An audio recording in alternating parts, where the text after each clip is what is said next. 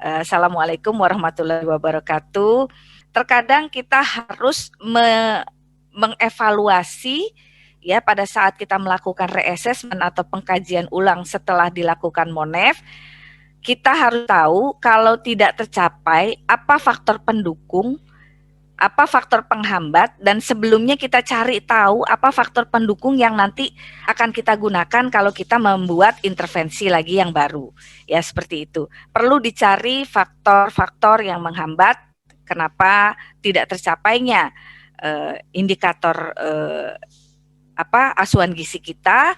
Kemudian kita cari faktor yang mendukung melalui reassessment pada 5 domain tadi ya, sehingga nanti ketika kita membuat lagi intervensi gizi yang mungkin akan berbeda, itu bisa tingkat keberhasilannya lebih banyak karena banyak faktor pendukung yang kita temukan. Itu saja untuk review materi yang kemarin. Untuk yang hari ini saya diminta oleh panitia untuk masalah medical nutrition therapy pada penderita diabetes yang pada saat pandemi COVID ini. Jadi saya tidak spesifik untuk yang dirawat, tetapi saya ingin membuka pemahaman kita bagaimana medical nutrition therapy nanti untuk pada pasien DM ini, terutama pada masa COVID. Izinkan saya share screen. Saya akan membahas tentang tata laksana gizi pada pasien diabetes mellitus dalam kondisi pandemi. Jadi baik dirawat jalan atau pasien tidak terinfeksi, bagaimana pencegahannya, kemudian kalau sudah terinfeksi, bagaimana, kemudian kalau misalnya dirawat seperti apa. Mungkin karena terbatasnya waktu, saya hanya memberikan awareness saja kepada teman-teman. Yang pertama, yang melatar belakangi kenapa kita membahas masalah ini adalah ada studi dari sumbernya dari Diabetes and COVID-19 ya, Risk Management and Learning from Other National Disasters ya, dari Diabetes Care. Itu kita sudah tahu bahwa dari studi retrospektif di Amerika Serikat terhadap 451 orang terinfeksi COVID dengan diabetes atau dengan hiperglikemia, ternyata orang dengan hiperglikemia yang tidak terkontrol lebih lama masa rawatnya dan tingkat kematiannya lebih tinggi dibandingkan orang tanpa diabetes atau yang diabetes tapi hiperglikemianya itu terkontrol. Jadi penting artinya kita mengawal para pasien diabetes, mudah-mudahan yang belum terkena ini, untuk selalu mengontrol kadar darah, glukosa darahnya. Kemudian di Inggris sendiri dilaporkan ada 2 studi ini bahwa patient with diabetes atau diabetisi dengan HbA1c lebih dari 7,5% memiliki resiko lebih tinggi kematiannya di rumah sakit dibandingkan diabetisi atau patient with diabetes dengan HbA1c-nya yang kurang dari 7,5. Jadi data di atas ini menunjukkan bahwa kontrol diabetes pra-infeksi COVID-19 memiliki peran penting dalam menentukan hasil pelayanan kesehatan untuk pasien dengan diabetes. Ya, jadi ini yang melatar belakangi kita. Saya paham ekspektasi teman-teman mungkin, aduh pasien kalau udah diabetes di rumah sakit itu mesti diapain ya. Tetapi yang jauh lebih banyak jumlahnya di luar sana, penderita diabetes yang insya Allah belum terkena infeksi itu tolong diberikan pemahaman kepada pasien untuk tetap mengontrol kadar gula darah. Kenapa? Karena kalau misalnya ya orang tua dengan kondisi medis sebelumnya seperti penyakit diabetes, ya penyakit jantung, itu lebih rentan menjadi sakit lebih parah akibat virus COVID-19 ini. Alasannya kenapa? Karena sistem kekebalannya terganggu, ya maka masa pemulihannya akan lebih lama. Kemudian virus itu lebih cepat berkembang di lingkungan dengan glukosa darah yang tinggi. Jadi kita kalau penderita diabetes tidak mengontrol kadar gula darahnya, ya dia menjadi media yang baik sekali untuk berkembangnya virus-virus apapun. Sebetulnya dari American Diabetes Association itu menegaskan sekali gitu bahwa sebetulnya kondisi diabetes menjadi bermasalah kalau dia terinfeksi terhadap virus apapun, ya, terinfeksi terhadap virus apapun. Jadi kata kuncinya adalah kontrol glikemia atau kontrol kadar gula darah. Jadi COVID-19 itu merupakan memang virus baru, tapi tetap informasi itu, perkembangan itu supaya tidak terlalu menjadi pemberitaannya menjadi tidak tepat, maka ikuti terus informasi yang terbaru baik dari pemerintah atau Asosiasi Diabetes Nasional, ya. Kemarin itu saya sudah lihat bahwa ada pernyataan resmi dari Perkeni sebagai Persatuan Ahli Endokrin yang mengeluarkan tentang rekomendasi penanganan diabetes mellitus di era pandemi COVID-19. Ini nomornya, silakan di-download di internet, itu ada. Search aja di tentang Perkeni, ini akan keluar karena ini adalah berita penting. Nah, penanganannya itu seperti apa? Sebetulnya hampir sama dengan yang kalau kita search American Diabetes Association. Jadi informasinya sama, kita boleh mengambil dari dua sumber ini. Kalau ini memang pernyataan resmi yang kita ikuti. Kalau untuk American Diabetes Association, ini merupakan lesson learn aja, ya, tempat kita belajar. Ya, barangkali ada hal-hal yang memang diinformasikan lebih banyak daripada yang sudah diinformasikan di Indonesia, sebagai rujukan saja. Oke, ini adalah latar belakang kita mempelajari mengapa penting sekali kita menangani diabetes ini, pasien diabetes ini sejak sebelum sakit terkena infeksi, ya. Ini penting buat teman-teman untuk memberikan informasi kepada pasien-pasiennya.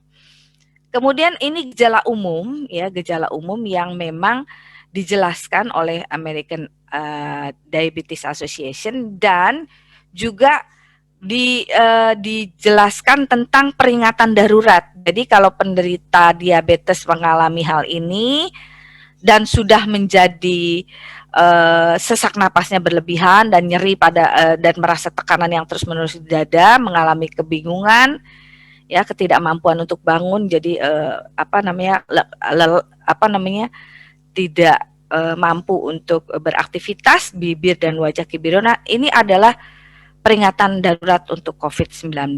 Jadi ini yang coba disosialisasikan oleh ADA, dan kita berharap juga teman-teman juga mensosialisasikan kepada para pasiennya, memberikan informasi baik secara tertulis maupun lisan kepada para pasien diabetes yang berobat di rumah sakit.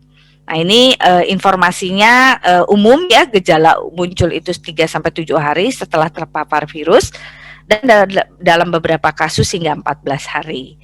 Jadi ini adalah gejala yang umum yang mungkin teman-teman juga sudah sering mendapatkan informasi, dan itu juga penting diinformasikan ada peringatan darurat, ya, sebagai deteksi dini ketika pasien diabetes yang berobat di tempat teman-teman semuanya bisa terinformasi masalah ini.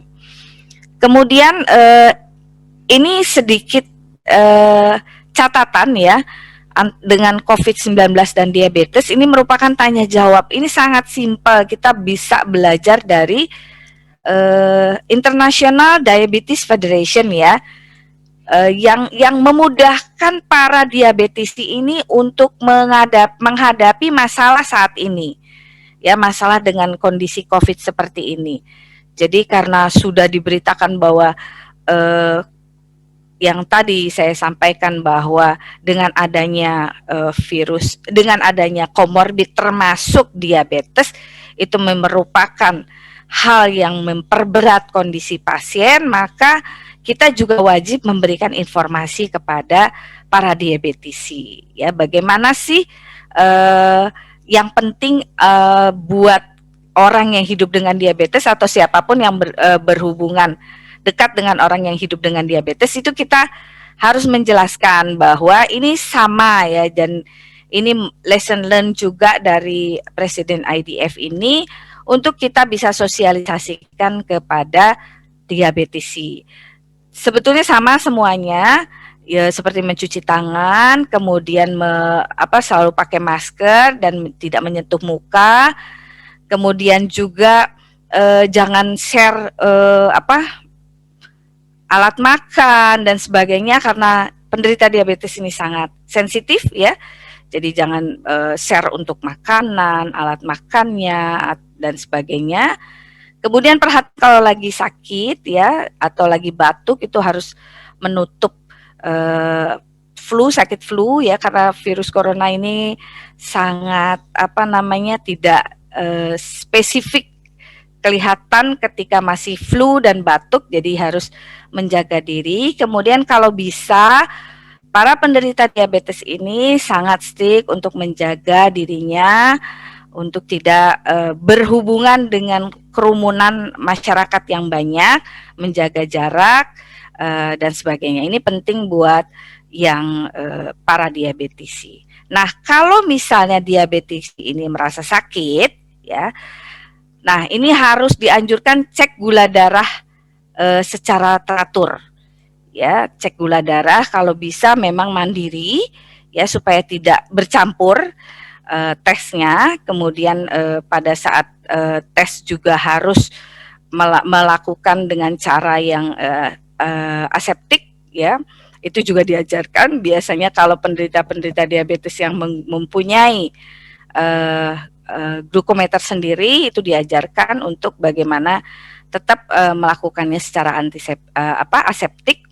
Kemudian juga diperiksakan ya, segera diperiksakan ke dokter. Kemudian juga jangan lupa minum yang banyak itu, minum yang cukup itu mencegah untuk terjadinya dehidrasi akibat peningkatan suhu tubuh karena adanya infeksi. Kemudian minum obat-obatan secara teratur, baik obat diabetes sendiri maupun obat yang diberikan oleh dokter. Ya, walaupun belum tentu definitif sakit COVID, tapi tolong dijelaskan kepada diabetesnya bagaimana sih dia itu menghadapi kalau dirinya itu sakit.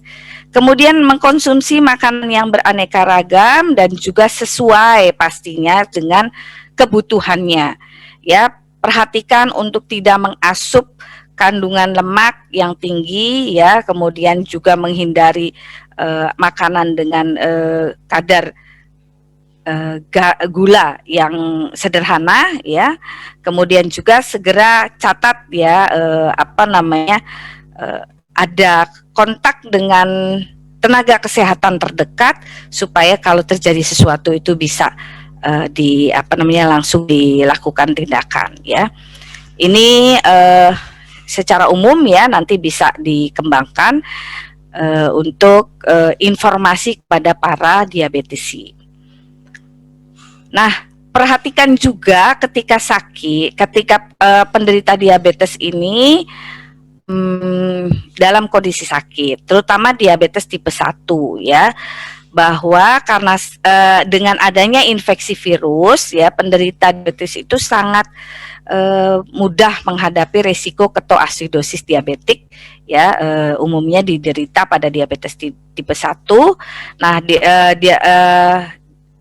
ketoasidosis diabetik ini dapat mempersulit pengelolaan asupan cairan dan kadar elektrolit sehingga ada kemungkinan terjadi sepsis dan shock septik ya. Jadi ini komplikasinya lebih serius dialami beberapa orang diabetesi dengan COVID-19. Nah, pelajari tanda-tanda ketoasidosis dan pastikan berbicara dengan tim perawatan diabetes Anda. Jadi ini buat penderita diabetes yang tipe 1, tapi bisa juga tipe 2 dengan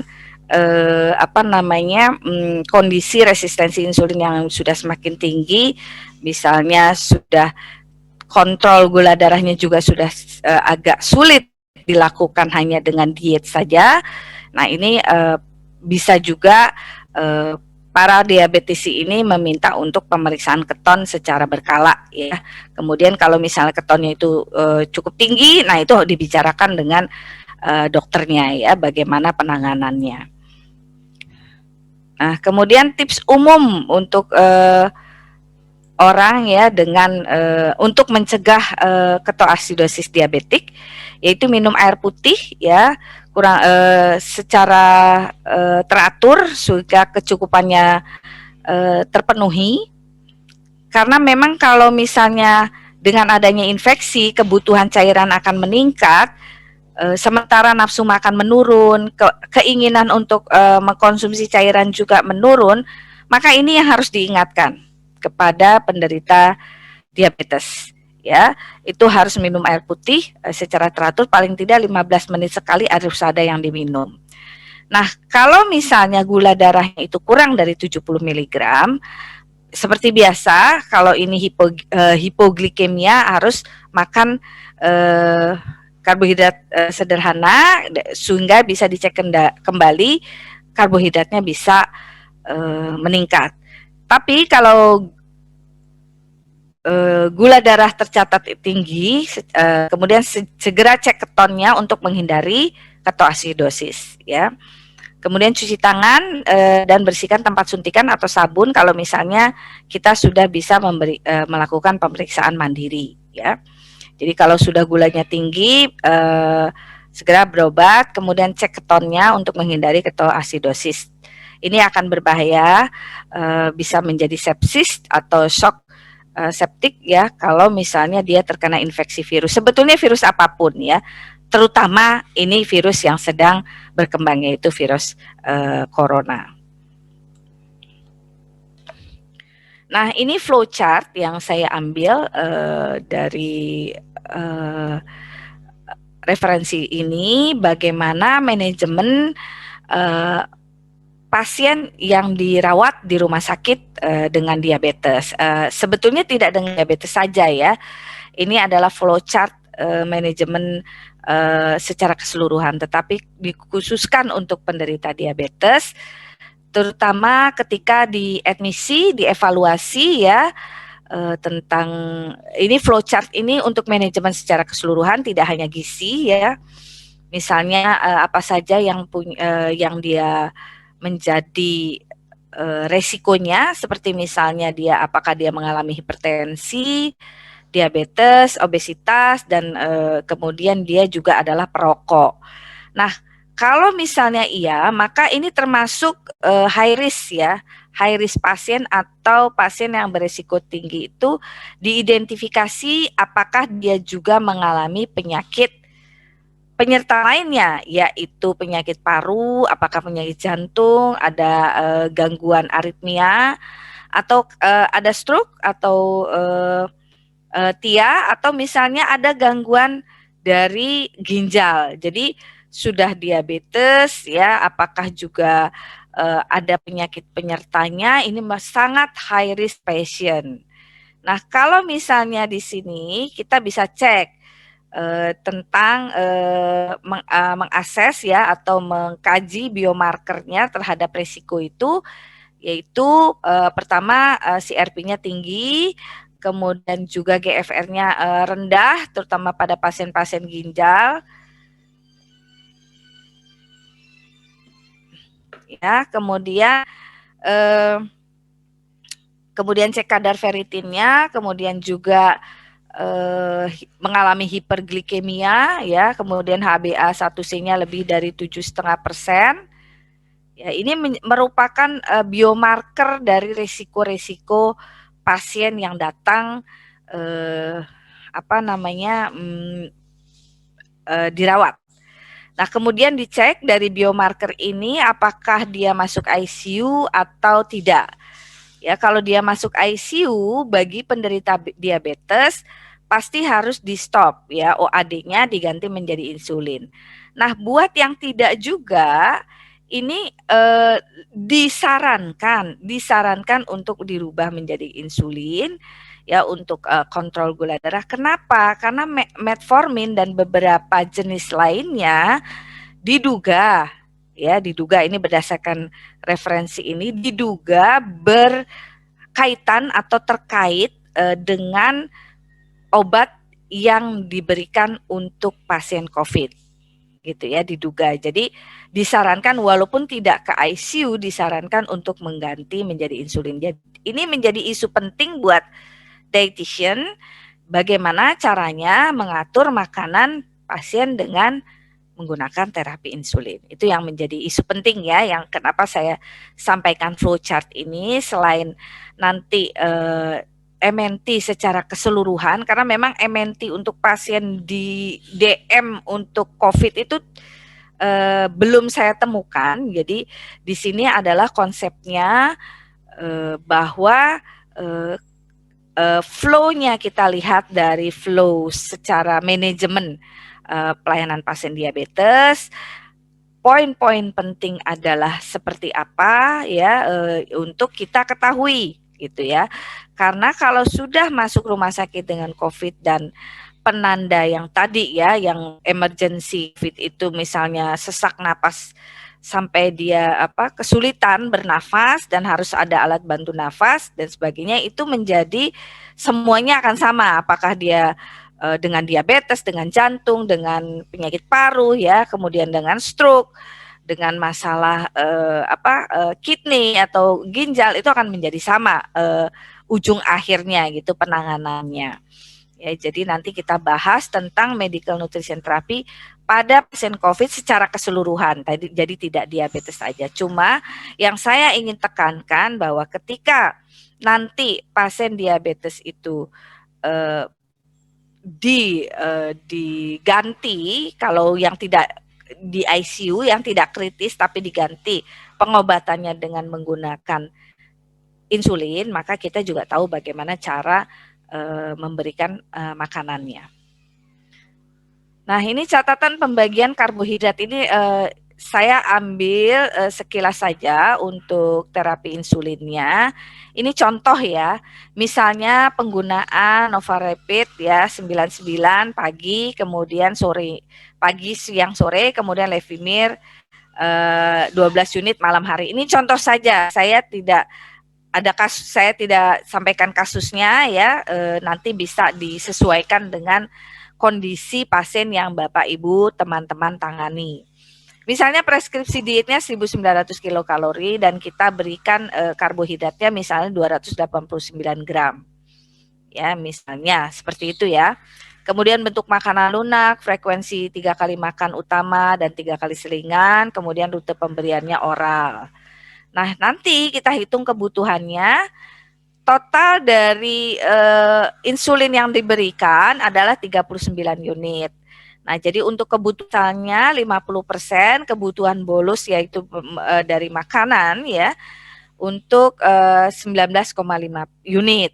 Nah, 19,5 unit itu untuk 289 gram karbohidrat, maka rasionya 1 unit insulin untuk 14,8 gram karbohidrat setiap kali makan, dan ini harus disesuaikan atau insulinnya disesuaikan dengan insulinnya, atau insulinnya menyesuaikan pola pemberian makanan yang diberikan kepada pasiennya.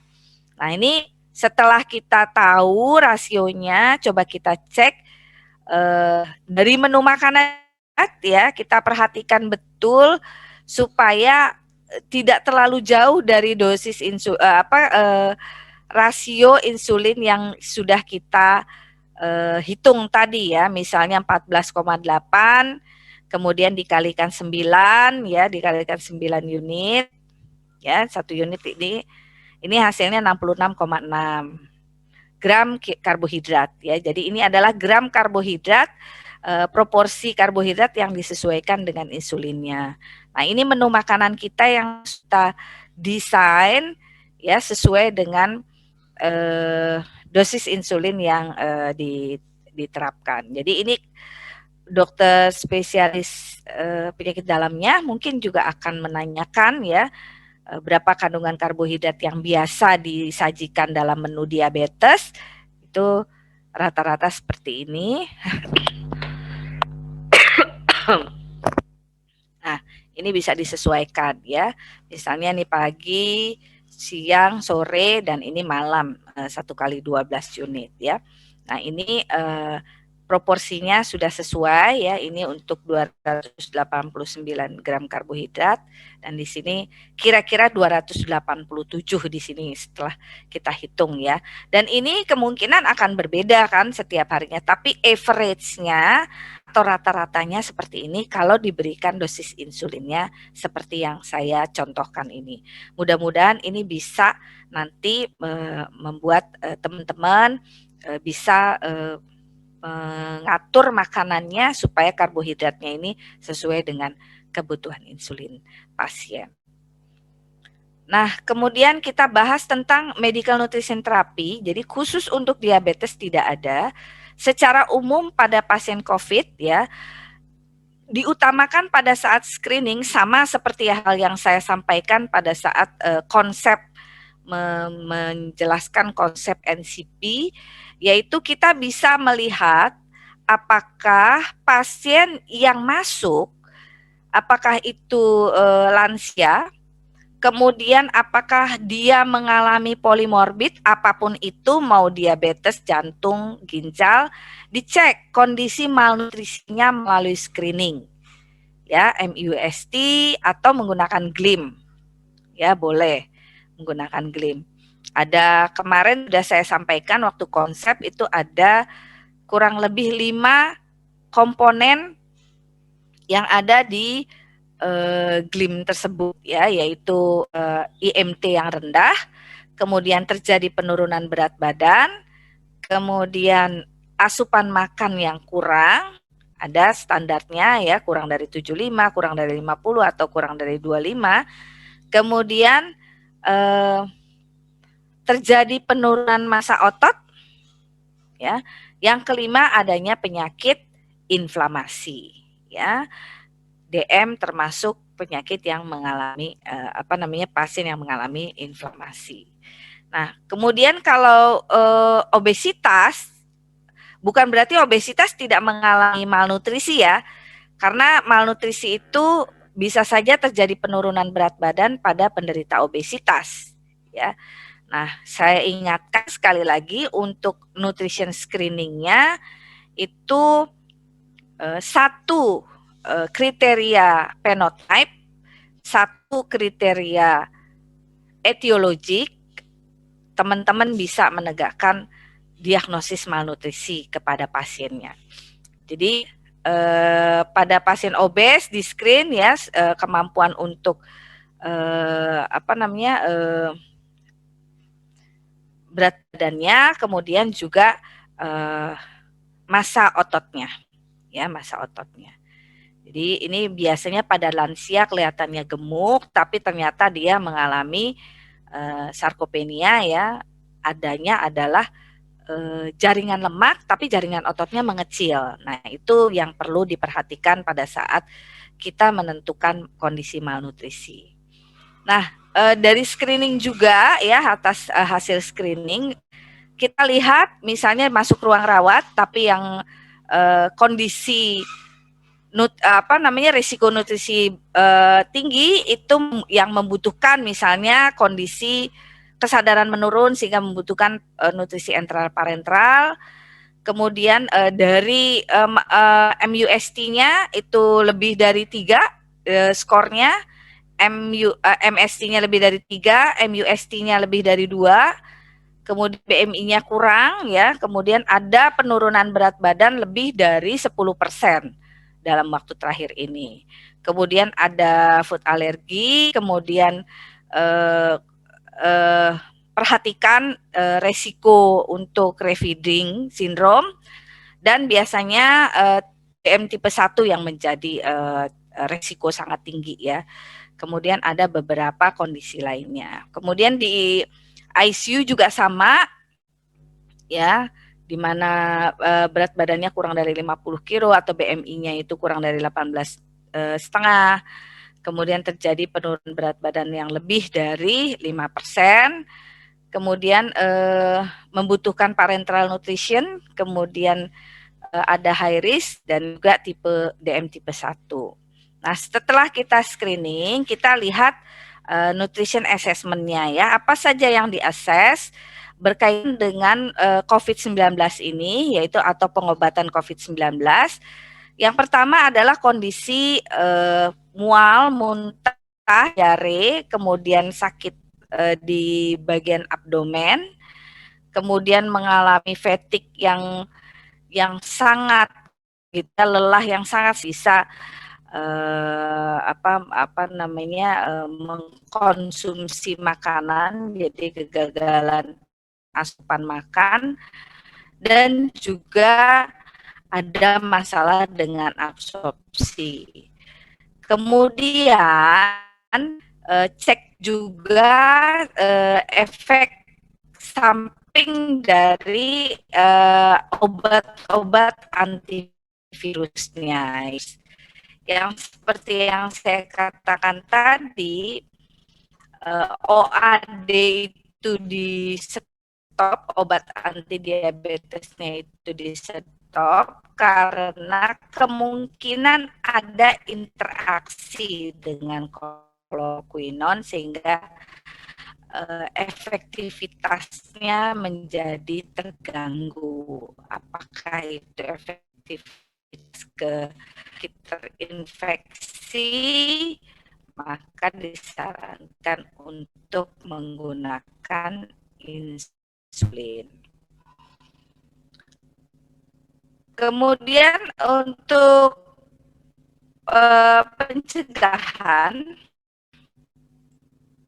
dan pengobatan malnutrisi yang beresiko terkait COVID, kemudian kalau underweight yang severe ya, yang dengan polimorbid, pasien dengan polimorbid bisa 30 kilo, kemudian bisa 30 kilokalori per kilogram berat badan per hari, sesuai dengan kebutuhan energi pada pasien lansia.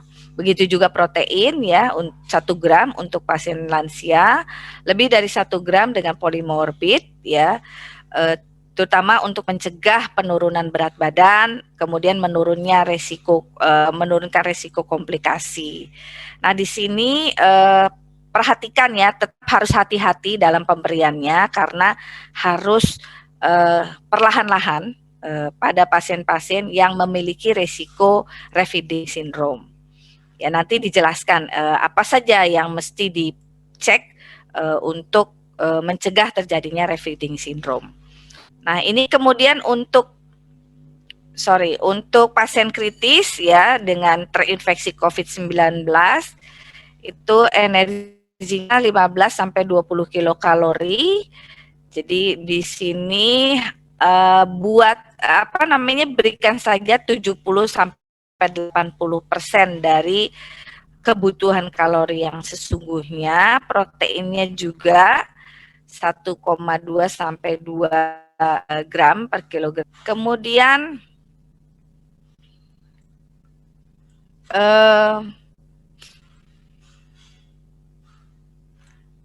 bagaimana rute gizinya pada saat intervensi ya. Kalau oral diet itu berikan makanan yang tinggi atau kaya energi dan protein, kecuali pasien diabetes. Ya, pasien diabetes harus dihitung oleh dietitiannya secara teliti. Karena pasien diabetes dengan dengan beberapa kondisi komplikasi itu bisa saja menjadi proteinnya harus dipertimbangkan ya, seberapa tinggi yang diberikan pada pasien diabetes. Kemudian untuk diet yang lunak ya atau cair itu lebih diutamakan. Kemudian kalau saja kebutuhannya tidak terpenuhi, jangan lupa gunakan oral nutritional as supplement ya, ONS. Ini kita harus sensitif ya, sensitif. Kalau misalnya pasiennya itu asupannya kurang dari 75%, jangan didiemin. Harus sudah mempertimbangkan untuk menggunakan ONS ya, oral nutritional supplement.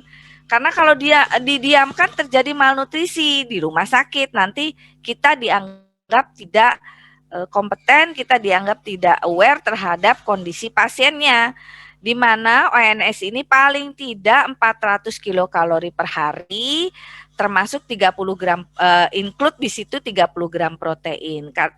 Kalau ya kurang lebih dari 2 gelas susu ya, kalau masing-masing 200 kilokalori ya per harinya. Jadi dengan adanya ONS apapun itu bentuknya, misalnya susu atau puding yang susu yang dibikin krim sup dan sebagainya, itu bisa membuat pasien mengasup lebih mudah dan kebutuhan kalorinya bisa, kebutuhan gizinya bisa tercapai. Ya, perhatikan, pokoknya kalau sudah 75% kurang, tolong awareness-nya untuk menggunakan oral nutrition supplement, apapun bentuknya. Kemudian untuk enteral nutrition ya, jika intake-nya itu lebih ya, diharapkan lebih pada dalam 3 hari itu bisa mencapai 50%. Nah, dari kebutuhan, kemudian kita coba tingkatkan lagi. Dan untuk yang admission di ICU ya, mungkin setelah 12 jam intubasi ya, berikan mulai inisiasi untuk pemberian enteral nutrition. Kemudian untuk selanjutnya bisa menggunakan continuous ya, dibandingkan bolus. Enteral nutrition itu sangat direkomendasikan. Mudah-mudahan teman-teman sudah terbiasa menggunakan bolus continuous dibandingkan bolus, karena bolus itu kurang fisiologik ya, pemberian enteral nutrition yang menggunakan bolus. Kemudian parenteral nutrition diberikan pada pasien dengan risiko tinggi ya, di mana masalahnya mengalami problem pada saluran cerna. Ini kita bisa menggunakan algoritma penentuan penggunaan enteral dan parenteral nutrition. Kemudian waktu untuk nutrition delivery disarankan untuk secepatnya ya, pasien itu dirawat, terutama untuk yang pasien lansia dan polimorbid pasien, termasuk pasien dengan diabetes, dalam waktu 24 sampai dengan 48 jam itu diberikan makanan. Nah, bentuknya itu bisa disesuaikan dengan hasil assessment, kemudian kita tetapkan apakah dia menggunakan oral, enteral, atau parenteral ya. Itu dikomunikasikan dengan DPCP-nya. Nah, untuk mencegah terjadinya refeeding syndrome ya pada dengan resiko tinggi. Nah, ini biasanya diberikannya itu kira-kira 25% saja dari total kalori, baik itu enteral feeding maupun parenteral feeding, dengan slow tingkatan yang bertahap. Kemudian jangan lupa monitoring serum fosfat, kemudian magnesium dan serum kalium ya, kadar pada fosfat darah, magnesium darah, dan kalium darah. Itu supaya kita mencegah terjadinya refeeding syndrome. Ya, kemudian untuk enteral administration ya, infusionnya itu menggunakan 10 sampai 12 franc nasogastric tube-nya, ini yang convenient, yang aman untuk pasien. Kemudian dimulai dengan dosis yang rendah, misalnya 10 sampai 20 ml dulu per jam. Dan yang paling penting hipokalorik ya. Hipokalorik itu bisa 0,8 kilokalori per mililiter ya. Kalau isokalorik kan 1 kilokalori per mililiter. Jadi nanti di advance untuk full dose, jadi dosis yang penuh secara perlahan-lahan pada minggu pertama. Kemudian kebutuhan nutrisi harus memperhatikan juga protokol ya dari pengguna total kalori dan lipid ya, kalori lipid. Untuk formulanya kita mulai dari standar yang tinggi protein yang lebih dari 20% polimerik isotonik ya. Jadi formulanya formula polimerik saja yang standar ya, yang kandungannya itu masih besar-besar, tidak perlu yang oligomerik ya, polimerik biasa, dan juga harus isotonik. Isotonik itu atau kita sebut sebagai isokalorik, yaitu 1 kilokalori per 1 cc atau 1 mililiter ya, dan itu diberikan pada awal ya, pada fase akut di critical ill. Kemudian untuk masalah cairan ya, cairan manajemennya itu komunikasi yang intens kepada tim manajemen ya, untuk kalau terjadi pembatasan cairan karena kondisi medis pasien, pembatasan cairan. Jadi sebetulnya disarankan 1,3 sampai 1,5 kilokalori per mililiter formula, tetapi dicek lagi apakah memang sudah bisa pasien cukup tinggi ya, sudah lagi tidak isokalorik ya, tapi ini high dense ya, proteinnya tinggi. Nah ini juga untuk positioning ya, ini jangan lupa merekomendasikan untuk posisi pasien itu 10 sampai 25 derajat untuk mengurangi resiko aspirasi ya, atau juga edema muka dan sebagainya. Kemudian hentikan enteral jika kelihatan aspirasinya ya. Nah yang terakhir monitoringnya, ini yang saya ingin sampaikan. Monitoring jangan lupa untuk memonitor residu gastrik ya, residu gastriknya. Kemudian nanti sebetulnya untuk residu gas itu tidak disarankan ya untuk pasien di ICU karena akan meningkatkan risiko exposure dan transmisi virusnya. Disarankan untuk menggunakan pemeriksaan fisik terkait gizi ya, juga konfirmasi tentang feses dan gas darah, itu yang lebih disarankan, tidak pada residu karena tadi ada exposure atau transmisi dari virusnya.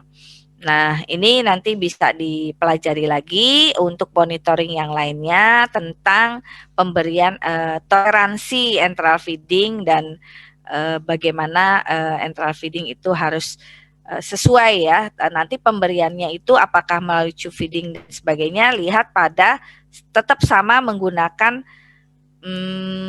algoritma penentuan enteral dan parenteral nutrisi. Nah, setelah tadi tentang bagaimana pasien di rumah sakit ya yang dirawat karena COVID, nah saya ingin menjelaskan sedikit tentang edukasi pada pasien diabetes supaya dia punya self atau mandiri, manajemen mandiri ya, pendidikan manajemen diabetes secara mandiri kepada pasiennya ya, supaya nanti pasiennya itu bisa bisa melakukan pengelolaan dia. Nah, ada 4 waktu kritis untuk mengevaluasi kebutuhan pendidikan. Yang pertama saat dia didiagnosis. Kedua, saya ingin mengingatkan teman-teman, setiap tahun itu pasien itu harus diedukasi. Karena apa? Pertama, kalau dia sudah tidak sensitif lagi terhadap obat yang diberikan. Obat yang diberikan itu tidak lagi bisa mengontrol dengan baik. Perhatikan pertambahan usia ya, ke kondisi resistensi, kontrol gula darahnya yang dilakukan itu tetap tiap tahun itu harus dilakukan edukasi. Jadi kalau dulu sebelumnya itu kita berikan edukasi itu hanya bagaimana makanan yang boleh dan tidak boleh, mana makanan mengandung gula yang tinggi itu tidak boleh, tapi mungkin setelah setahun 2 tahun dia perlu diajarkan tentang bagaimana memilih makanan dengan indeks glikemik atau beban glikemik yang lebih rendah lagi. Katakanlah dia boleh makan buah, macam-macam buah dia boleh makan gitu ya, dengan jumlah yang sesuai dengan penukar. Tetapi kalau sudah tidak sensitif lagi dengan obat yang diberikan, dengan diet yang ada, sudah mulai diajarkan pasiennya untuk menggunakan pemilihan makanan berdasarkan indeks glikemik dan beban glikemik.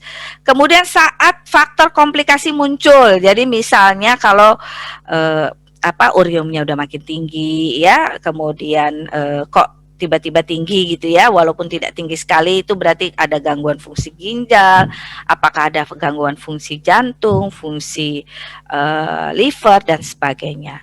Kemudian saat transisi dari perawatan menuju rawat inap itu pasti ya, di sini harus diedukasi.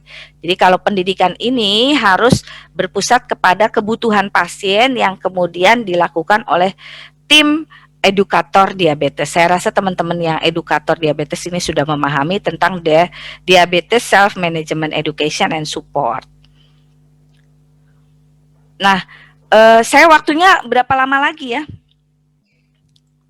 Masih berapa menit lagi saya? Mohon izin Bu Gun. Ya. Waktunya 5 menit lagi Bu. Baik, terima kasih. Jadi yang di sesudahnya ini lesson learn saja, nanti bisa dibaca materinya saya sampaikan ya kepada teman-teman. Ini bisa dibaca tentang medical nutrition therapy untuk penderita diabetes, bukan masalah COVID ya, untuk penderita diabetes. Ini ada beberapa referensi ya tentang yang diambil dari beberapa penelitian ya. Nah, ini kita bisa lihat yang ini ada beberapa yang tidak maksudnya hasil penelitiannya itu kategorinya kurang kuat. Nah, itu bisa sudah dikeluarkan ya. Ini bisa dibaca tentang medical nutrition therapy buat penderita diabetes, tentang apa saja yang harus diperhatikan ya. Protein, lemak, kemudian non-nutritif ya, sweeteners, juga sebetulnya dalam DSMAS tadi ya, diabetes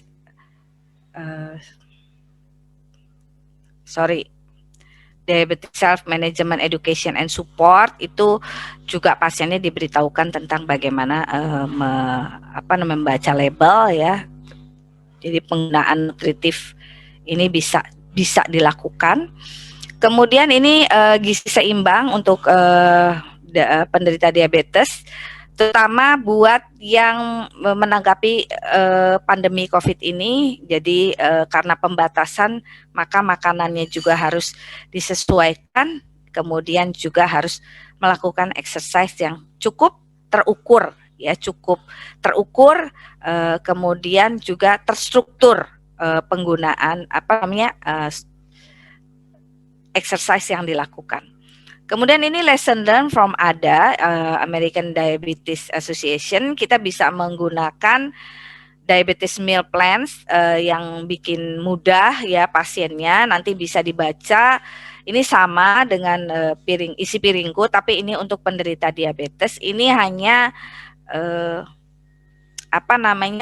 pembelajaran aja. Silakan mau digunakan untuk memberitahukan kepada pasiennya, boleh, atau dibuat kajian lagi bagaimana dengan model yang ada di Indonesia. Mungkin teman-teman bisa sepakat untuk pembuatan isi piringku dari penderita diabetes.